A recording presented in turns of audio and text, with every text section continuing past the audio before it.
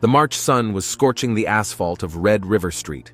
Crowds of music festival goers filled the streets of downtown Austin.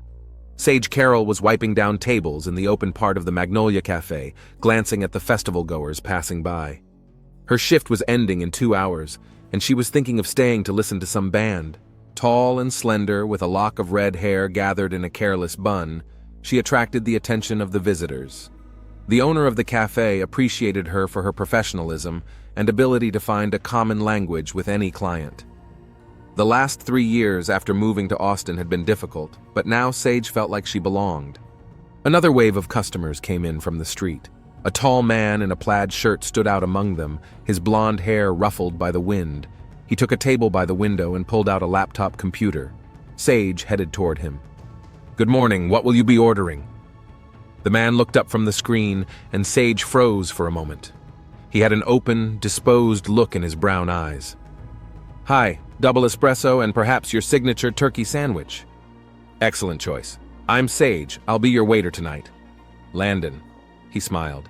"Is it always this lively around here?" "Only during the festival. It's usually quieter."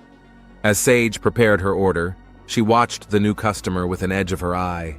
He was clearly a local no festival paraphernalia, and his laptop gave him away as someone who'd come to work.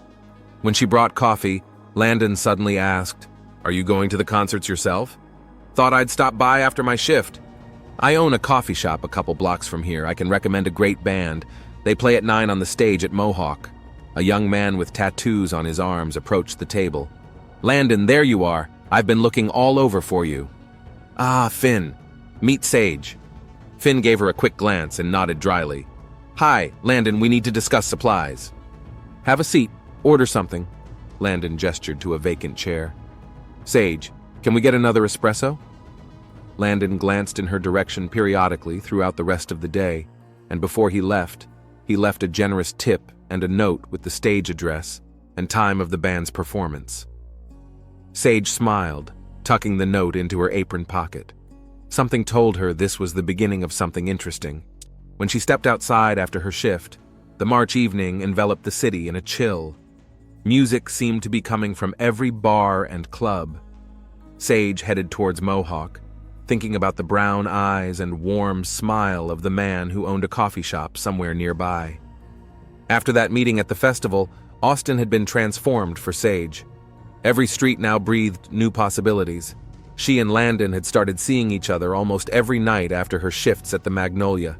He would close his coffee shop, and they would go out to explore the city as if they were both here for the first time. One such evening, they were sitting in a food truck on South Congress, eating tacos and watching bats fly out from under the bridge. Landon talked about his move to Austin 5 years ago, about saving up to open a coffee shop while working as a barista at chain establishments. "You know, I'm not from around here either," Sage admitted, wiping hot sauce off her lips. "Moved from Louisiana 3 years ago. Needed a fresh start." Landon didn't question the reasons for the move, and she was grateful for that.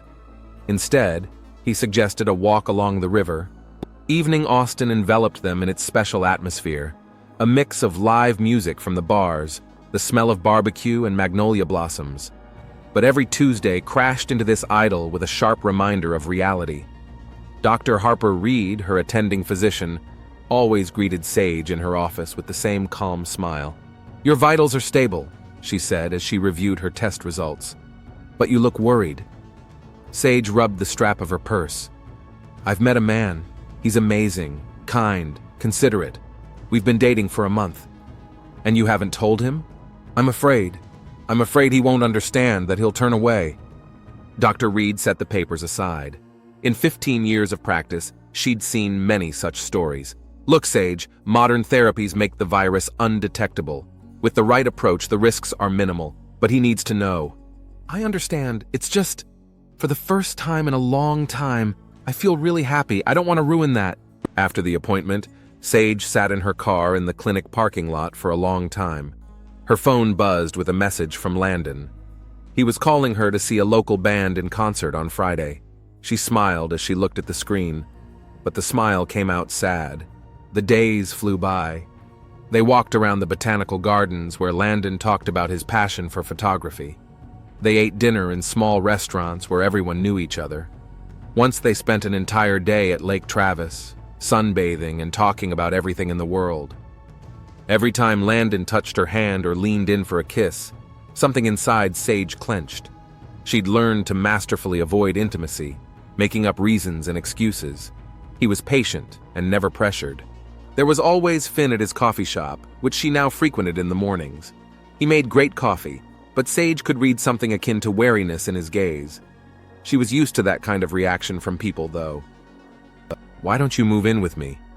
Landon asked one day as they sat on the roof of his building, looking out at the lights of the city at night. "The apartment's big, and you spend most of your free time here anyway." Sage froze.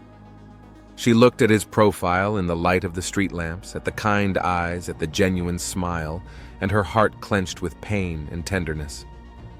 "I need to think about it," she replied quietly. For her next appointment with Dr. Reed, she arrived earlier than usual. The waiting room was empty, with only the air conditioner humming. "He offered to live together," Sage said in lieu of a greeting. Dr. Reed looked at her carefully over her glasses. "And what did you decide?" "I love him. I really do. But every day of silence makes it harder to admit it." "Then perhaps now would be a good time for the truth." Sage nodded, feeling tears come to her throat. Her phone vibrated in her pocket. Another message from Landon. He wrote that he'd found a great place for dinner and wanted to celebrate their 3-month anniversary. Spring in Austin was slowly turning into a hot summer. The city was filled with the smell of jasmine and barbecue, the music of street musicians, and the laughter of people in the many bars on 6th Street. Sage looked at this city with different eyes, the eyes of a man in love, but each day carried the weight of an unspoken truth that grew heavier and heavier. Zilker Park greeted the wedding ceremony with perfect weather. The October sun softly illuminated the small clearing where the guests, about 30 people in all, had gathered. Sage stood in front of the mirror in the small bride's tent, scrutinizing her reflection in a simple white dress. A waitress friend from Magnolia's was fixing her hair. "You're the prettiest bride I've ever seen," she smiled. Sage smiled strainedly back. The last 6 months had flown by like a day. Landon proposed in his coffee shop, getting down on one knee in front of all the customers. She'd said yes without hesitation. At that moment, it seemed impossible to be happier. But now, minutes before the ceremony, her insides clenched with dread. Dr. Reed, sitting in the 3rd row of guests, caught her eye and nodded faintly. They had talked a lot about this day at receptions. "You must tell him before the wedding," the doctor repeated. But Sage couldn't. Every time she tried to start this conversation, the words stuck in her throat. Landon was waiting for her at the makeshift archway of fresh flowers. His eyes shone with happiness, and it made the guilt even more acute. Beside him stood Finn as best man, his face impenetrable. As the wedding music played, Sage walked down the aisle, feeling her knees shake. Her gaze slid over the faces of her guests, co-workers from Magnolia's, regulars from Landon's coffee shop, a few friends from the local LGBT community who'd supported her over the years. "You're beautiful," Landon whispered as she stood next to him. The ceremony passed like a blur.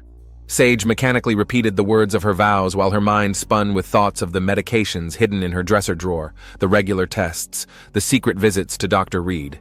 At the wedding reception, held right in the open-air park, Finn gave a toast. His words about love and fidelity sounded oddly strained. "Here's to never having secrets between you two," he finished, looking intently at Sage. She felt a chill run down her spine. Finn had kept his eyes on her all evening, as if trying to solve some mystery. During the dance, he was suddenly at her side. "You know, I've known Landon for a long time," he began, lowering his voice. "He deserves honesty." Sage stiffened. "What do you mean?" "I can see that you're hiding something. I don't know what, but I see it in your eyes every time you look at him." "You're wrong," she tried to smile, but the smile came out crooked. Finn shook his head and stepped back to the bar.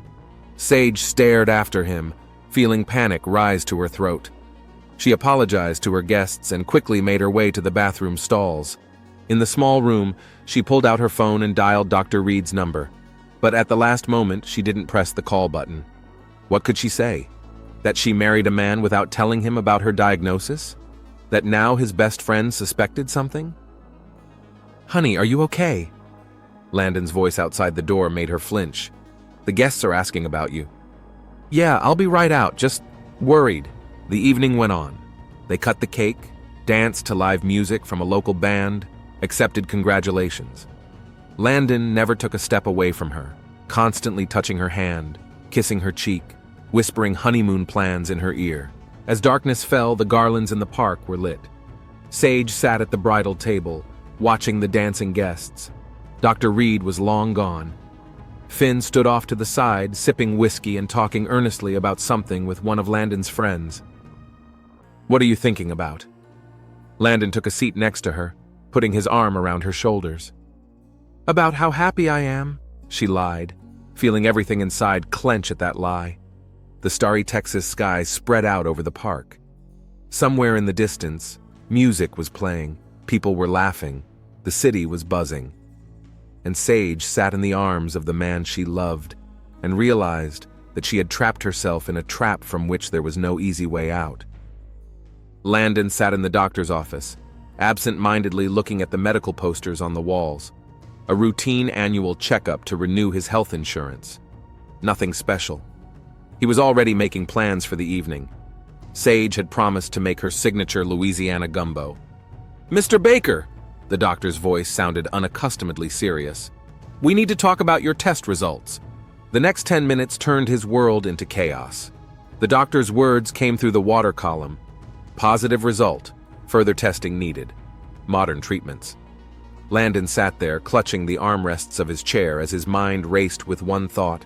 How could this be possible? "Do you know when the infection might have occurred?" the doctor asked. Landon shook his head. He'd only had casual liaisons in recent years before meeting Sage, but he'd always been careful. And then it was just her. His wife. His love. The thought hit him like an electric shock. He remembered the pills in his dresser drawer, the regular visits to the doctor, her evasive answers to questions about her health. Everything fell into place with terrifying clarity. He drove home on autopilot, not noticing other cars or traffic lights. When he parked in front of their house in East Austin, he sat in the car for a long time, trying to control the trembling in his hands. Sage was making gumbo. The smell of spices filled the apartment, jazz playing softly from the speakers. She stood at the stove, stirring the soup, and smiled when she heard the front door open. "How was the checkup?" she asked without turning around. Landon silently placed the test results on the table. Sage turned around, saw the papers, and the smile slowly slid off her face. "When were you going to tell me?" His voice was quiet, but there was rage simmering in it. She recoiled from the stove like a blow. "Landon, when?" He pounded his fist on the table, papers scattering across the floor. "Before the wedding? After? Never?" "I tried. I wanted to." "You knew. All this time you knew, and you kept quiet. Let me fall in love with you, marry you, make love to you. And all this time you knew." Sage leaned against the wall, tears streaming down her face. "I'm on medication. The viral load is undetectable. I thought..." "You thought what?" He was almost shouting now. "That it's okay to hide such a thing from the man you swore your love and loyalty to? That I don't have the right to know and decide for myself?" "I was afraid of losing you," she whispered. "Every time I tried to tell, I imagined you looking at me in disgust and walking away. And now? Is it better now? Now I'm supposed to look at you with love and gratitude for what you decided for me?" Something was sizzling on the stove. The gumbo was boiling over, but no one paid any attention to it. "Dr. Reed said I should tell you." Sage slid down the wall to the floor. "I went to see her every week, and she said, but I couldn't. I just couldn't." "Dr. Reed? Your doctor knew about this? Who else knew? Finn? Is that why he was acting so weird at the wedding?" "No one else knew. Just Dr. Reed." Landon sank into a chair, wrapping his arms around his head. A heavy silence hung in the apartment, broken only by the hiss of boiling soup and Sage's quiet sobs. "I loved you," she finally said. "I do. That's the truth. Everything else was a lie, but not that." Love doesn't lie. He raised his eyes to her, full of pain and anger. Love doesn't put another person in danger, doesn't steal his right to choose. He stood up and headed for the door. On the threshold, he turned around. I'm not coming back tonight, and I don't know if I'll be back at all. The door slammed shut, and Sage was alone in an apartment that smelled of spice and betrayal. Her favorite Louisiana gumbo was burning on the stove, and pages of medical reports were scattered on the floor, evidence of her silence. Sage's body was found by her downstairs neighbor, Mrs. Chen. She had gone upstairs to complain about a leak. Water had been dripping from her bathroom ceiling all day. The apartment door appeared ajar. "Sage? Landon?" she called out, crossing the threshold. A strange metallic odor hit her nose. The apartment was semi-dark. All the curtains were drawn. Mrs. Chen walked into the living room and froze. Sage was lying by the couch, her red hair strewn across the carpet. The overflowing bathtub continued to slowly flood the apartment. Detective Milo Green arrived on the scene 20 minutes after the 911 call. His shabby notebook was ready to take new notes. The corpse had already been photographed, and forensics was gathering evidence. "What do we got?" he asked the first patrolman who arrived. Sage Baker, 26 years old, multiple stab wounds, estimated time of death between midnight and 3 a.m. Green looked around the apartment. There were hardly any signs of a struggle, save for the overturned lamp. On the coffee table was an unfinished cup of tea. On the floor, scattered medical records. Husband? Green nodded at a photograph on the wall of a smiling couple standing against a lake. Landon Baker, owns a coffee shop downtown. Trying to find him. Mrs. Chen was still sitting in the patrol car, wrapped in a plaid blanket. Green crouched down beside her. "Did you have much contact with Sage?" "Almost every day. Sweet girl. She and her husband only got married 3 months ago." She blotted her eyes with a handkerchief. "But the last few days, I've been hearing screams." "When exactly?" "The day before yesterday. Landon was yelling something about lying, betrayal. Sage was crying. Then he left, slamming the door." Green wrote down the statement and went back to the apartment. Forensics found the murder weapon, a kitchen knife thrown into the bathtub, smudged prints on the handle. In the bedroom, his attention was drawn to the dresser. The top drawer was pulled out, a scattering of pills, prescriptions in Sage's name, anti-retroviral therapy. Green made a mental note to check the victim's medical records. But "Detective!" the CSI called out to him. "There were traces of vomit found in the sink. Looks like she was vomiting shortly before she died." Green walked to the window. Morning Austin had a life of its own. People rushing to work, to coffee shops, to stores. No one suspected that tragedy had played out in the second-floor apartment. Sage's cell phone was found under the couch. The last messages were from someone named Finn. "We need to talk. It's about Landon." "Run the number," Green ordered, "and find me this Finn." By noon, forensics had finished their work in the apartment. The body had been taken to the morgue. Green stood in the middle of the living room, looking at the chalk outline on the floor. What had happened here during the night? Who had turned a family nest into a crime scene? A clock ticked on the wall, the only sound in the empty apartment. Next to it hung a picture from the wedding, Sage in a white dress, a happy Landon, and just off to the side, a scowling young man with tattoos on his arms. Green pulled out his cell phone. "Get me Dr. Reed on the phone. I need all the information I can get on patient Sage Baker." The day was just beginning, and the detective already had too many questions and too few answers. Where is Landon Baker now?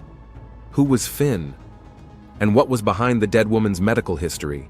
Dr. Harper Reed's office resembled hundreds of other doctors' offices, the same diplomas on the walls, the same file folders, the same smell of antiseptic. Detective Green sat across from an older woman in a white coat who methodically laid out Sage Baker's medical history in front of him. "She came to see me 3 years ago, right after she moved here from Louisiana," Dr. Reed began.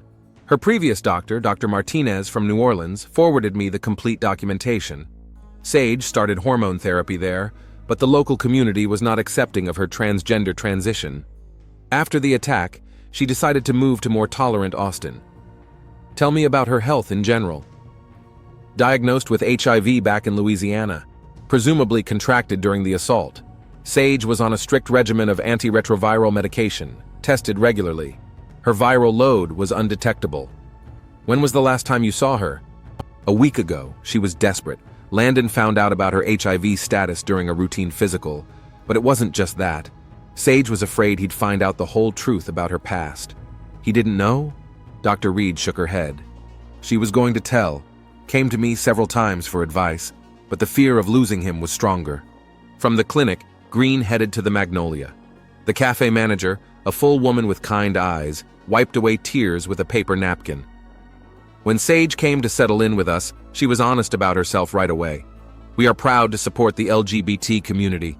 She was a great worker, the customers adored her. Were there any problems with customers? A couple times. One regular customer started making rude remarks to her when he found out, but we quickly resolved the issue by banning him from the cafe. Waiting for Green at the station was a folder of information from New Orleans. A police report from 3 years ago described a brutal attack on Sage outside a bar. No assailants had been found. "Boss!" A young patrolwoman peered into the office. "We checked the cameras. The night of the murder, Finn's car was in the parking lot from 11 p.m. to 2 a.m. Green leaned back in his chair, studying the photos. In the wedding photo, Sage was radiant with happiness. Tall, slender, with a mop of red hair, she looked like a woman who had finally found her place in life. Landon's coffee shop was next. Finn was wiping down tables, his movements nervous, twitchy. "When did you learn the truth about Sage?" "At the wedding. Overheard her talking to the doctor by accident. But that wasn't the point. I saw how much she loved Landon. The only thing that bothered me was that she was hiding her HIV status. Is that why you texted her? I wanted to talk, convince her to tell Landon the truth, about everything." That evening, poring over the evidence, Green reflected on the victim's complicated life. A young woman who'd survived a trauma in Louisiana, found a new home in Austin, built a new life and a new relationship, and all of that shattered in a matter of days. Phone rang. Morgue techs. They found a large dose of sleeping pills in the victim's blood. The body showed signs of recent hormone therapy and regular antiretroviral medication. Green laid out the crime scene photos on the table. Overturned lamp, scattered documents. Among them, an old driver's license from Louisiana. Sage's story was a story of fighting for the right to be herself, for the right to love and happiness, a story cut short too soon. The phone on the desk buzzed with a message from the patrolman. Landon's car was found in the parking lot of a motel in the suburbs. The room keys were there, but it was empty inside. The detective rubbed his tired eyes. Outside the window, night was falling on Austin, the city that had promised Sage a new life, but had become the place of her death. Dr. Reed sat in the interview room, placing a cardboard cup of cooled coffee on the table. Over the course of 3 hours of conversation, she told Detective Green a story that began long before the tragedy in Austin. Sage was born in a small town in Louisiana. Her childhood was difficult. When she first came to me, she showed me psychologists' reports, documentation of the beginning of her transition. She'd been receiving hormone therapy the whole time, but her hometown wouldn't accept it. "Tell me about the assault." The doctor pulled a shabby folder from her bag. "It happened outside a bar in New Orleans. 3 men. They found out about her transgender transition, beat her up, abused her. After that, she was diagnosed with HIV. Why Austin? There's a strong LGBT community here. She found a job, friends. Started a new life. In our sessions, Sage often said she felt safe for the first time. Was she in a relationship before she met Landon? No. She was afraid to get close to people. Landon was the exception. He saw her as just a woman, beautiful and intelligent. She blossomed around him. From the station, Green drove to the coffee shop. Finn was sullenly wiping down the tables, but let the detective in without objection. "We're going to need the security footage from yesterday." The surveillance system appeared to be state-of-the-art. On the footage, Green saw Landon fly into the coffee shop after lunch. He's shaking, shouting something, waving some paperwork, apparently test results.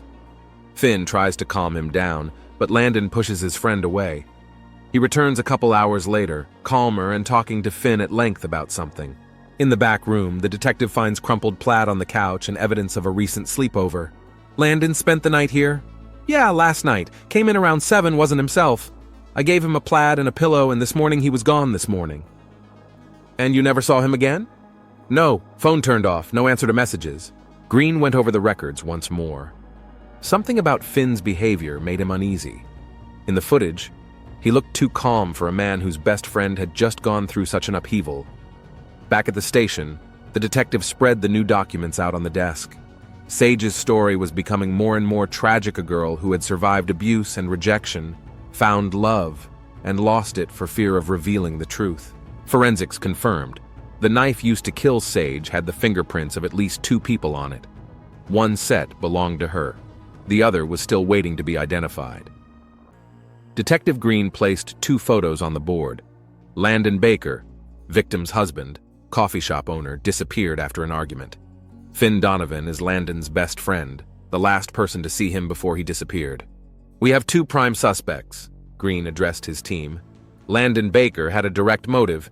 He'd just found out about his wife's HIV status. He had keys to the apartment and no alibi for the time of the murder. After the body was discovered, he disappeared. His car was found outside a motel on the outskirts of town. Green shifted his gaze to Finn's picture. And here's where the situation is more interesting. Finn Donovan may have acted out of a desire to protect a friend. His car was in the parking lot the night of the murder. Smudged prints were found on the knife. And most importantly, his testimony keeps changing. What exactly doesn't add up? The young officer asked. Green stepped up to the board. First of all, the time. He claims he spent the entire evening at the coffee shop, but the cameras show him leaving for 3 hours. Second, the conversation with the victim. First, he said he hadn't talked to Sage in the last few days. Then it turns out they talked on the phone an hour before the murder. The detective picked up the forensic report. A sleeping pill was found in the victim's blood. She took it voluntarily. A glass with the remnants of the drug was on the bedside table. Why would a person take sleeping pills if they were waiting for someone? Maybe she wasn't waiting, Detective Morris suggested. Maybe she just wanted to go to sleep after a hard day and the killer took advantage of the moment? Then why was the door unlocked? And why did the neighbor hear music around midnight? Green went back to Finn's testimony. He claimed that after Landon left, he closed the coffee shop and drove home. But the parking lot camera footage showed otherwise. His car had left the place at 11 p.m. and hadn't returned until 2 in the morning. Check his phone records for that evening, Green ordered. An hour later, there was a printout on his desk. Sage had made her last call to Finn at 10:30. The conversation lasted 7 minutes. At 11:15, Finn tried to call Landon, without success. And here's what's interesting. Green showed his colleagues the crime scene photos. The knife was found in the bathroom, but the blood was in the living room. Why did the killer go into the bathroom? And why did he leave the murder weapon behind? Panic? One of the officers suggested. Or staged, Green said thoughtfully. We still haven't found Landon's cell phone, but his bank card hasn't been used since the murder.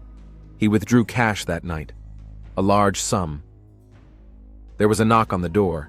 The results of the re-examination of the knife had arrived. The prints did indeed belong to 2 people. One set was Sage's, the other. Compare it to the database. Green handed the folder to the expert. And check the security footage outside the victim's house again. I need to know exactly who went in and out of the driveway between 11 p.m. and 3 a.m. He looked at the pictures on the board again. 2 people, 2 versions of events, and somewhere in between, the truth about what happened that night in the second-floor apartment. Green was sitting in his office late at night, going over the case file for the 100th time, when Detective Morris knocked on the door. You asked me to check the cameras of the neighboring buildings. We found something interesting. She placed a folder on the desk with printouts of footage from the bank camera across the street from Sage's house. The quality of the footage was much better than the driveway cameras. Right here, at 2 hours and 17 minutes, Morris pointed to a clear image. Finn was coming out of the driveway, walking briskly toward his car. He was wearing a dark jacket, which he clutched to his chest as if hiding something. He claimed he spent the whole night at home. Green rubbed the bridge of his nose. Organize a search of the coffee shop, a thorough one. The team arrived at the coffee shop at dawn. Finn hadn't shown up yet. The place was scheduled to open in 2 hours. Green watched as the experienced forensics team methodically checked every corner of the room. "Detective," one of the experts called out to him as he studied the back room. "Take a look at the ventilation grill." Green stepped closer. The grill had been recently opened. Fresh scratches were visible on the screws. Inside, the vent revealed a tightly packed bag. The bag contained the same dark jacket that had been on the tape. There were brown stains on the sleeve, which the examiner immediately identified as traces of blood. "Send it to the lab immediately," Green ordered. Back at the station, he laid out the new crime scene in front of him.